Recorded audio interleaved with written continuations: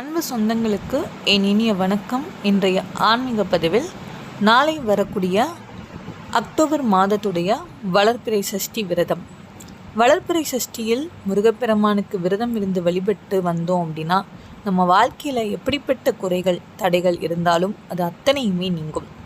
அதோடு நாளைக்கு செவ்வாய்க்கிழமையோடு வரக்கூடிய இந்த வளர்பிறை சஷ்டி ரொம்ப ரொம்ப விசேஷமானது.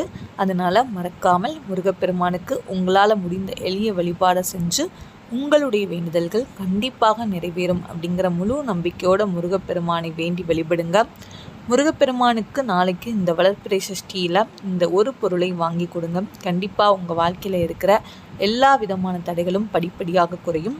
அதை பற்றின தகவலை தான் நம்ம இப்போ இந்த பதிவில் பார்க்க இருக்கிறோம். இதே மாதிரி அடுத்தடுத்த தகவல்கள்லாம் தெரிஞ்சுக்கணும் அப்படின்னா மறக்காமல் நம்ம சேனலை சப்ஸ்கிரைப் பண்ணிவிட்டு வாட்ச் பண்ணுங்கள்.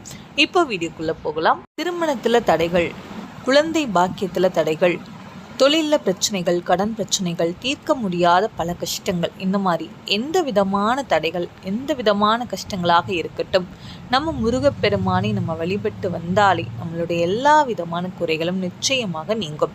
அதுவும் முருகப்பெருமானுக்கு உரிய முக்கியமான 3 விரதங்கள் அப்படின்னு பார்த்தோம் அப்படின்னா சஷ்டி விரதம், கிருத்திகை நட்சத்திர அதாவது கார்த்திகை நட்சத்திர விரதம், இன்னொன்று வார விரதம் அப்படின்னா செவ்வாய்க்கிழமையில் நம்ம விரதம் இருந்து வழிபடணும். செவ்வாய்க்கிழமை அப்படின்னாலே முருகப்பெருமானுக்கு உரிய நாள். இந்த 3 முக்கியமான விரத நாட்களில் சஷ்டி விரதம் அப்படிங்கிறது ரொம்ப ரொம்ப முக்கியமாக. நாளை வரக்கூடிய அக்டோபர் மாதத்தில் அதாவது புரட்டாசி மாதத்துடைய வளர்பிறை சஷ்டி அக்டோபர் 8ஆம் தேதி நாளை செவ்வாய்க்கிழமை அன்று வருகிறது. செவ்வாய்க்கிழமை பொதுவாக முருகப்பெருமானுக்கு உரிய நாள். அதோடு சேர்ந்து வரக்கூடிய இந்த வளர்பிறை சஷ்டி ரொம்ப ரொம்ப விசேஷம்.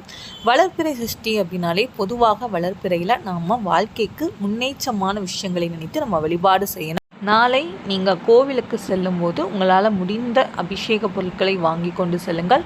அதோடு இப்போ நான் சொல்லக்கூடிய இந்த ஒரு பொருளையும் நீங்கள் மறக்காமல் வாங்கி கொண்டு செல்லுங்கள். முருகப்பெருமானுக்கு ரொம்ப பிடித்தமான செவ்வரளி மாலையை இந்த ஒவ்வொரு மாதத்துலேயும் வரக்கூடிய வளர்பிறை சஷ்டியில் உங்கள் வாழ்க்கைக்கு எது தேவையோ அதை மனதார வேண்டிட்டு முருகப்பெருமான் கிட்ட ஒப்படைச்சிட்டு முழு நம்பிக்கையோடு நீங்கள் இந்த செவ்வரளி மாலையை நீங்கள் வாங்கி கொடுத்துட்டே வாங்க.